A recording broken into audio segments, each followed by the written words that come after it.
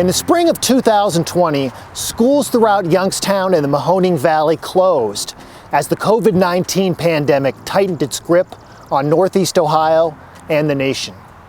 But over a century earlier, schools such as South High not only closed, but became makeshift hospitals for the victims of another pandemic, the Spanish flu.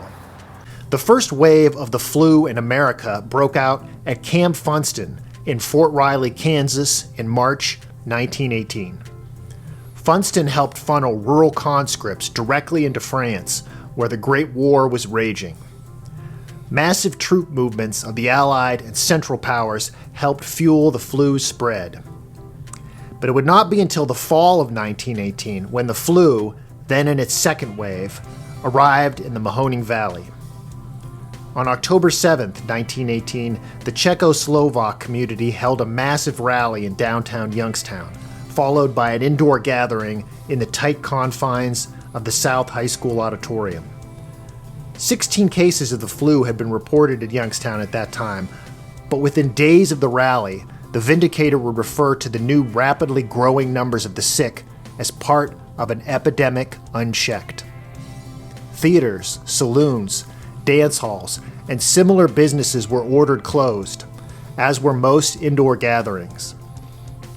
With many nurses away at the war and with hospital beds rapidly filling up, Jefferson Elementary and Baldwin Memorial Kindergarten joined South High in becoming impromptu hospitals, staffed mostly by volunteers, some of whom died alongside their charges. The Vindicator reported 29 deaths in Youngstown on October 30th alone. It would not be until mid-December that the city of Warren lifted its flu-related restrictions. Youngstown followed several weeks later. The city had suffered almost 800 deaths by the end of December. Nor was this the end. A third wave followed in 1919, and it was not until October of that year that the outbreak had dissipated in Ohio.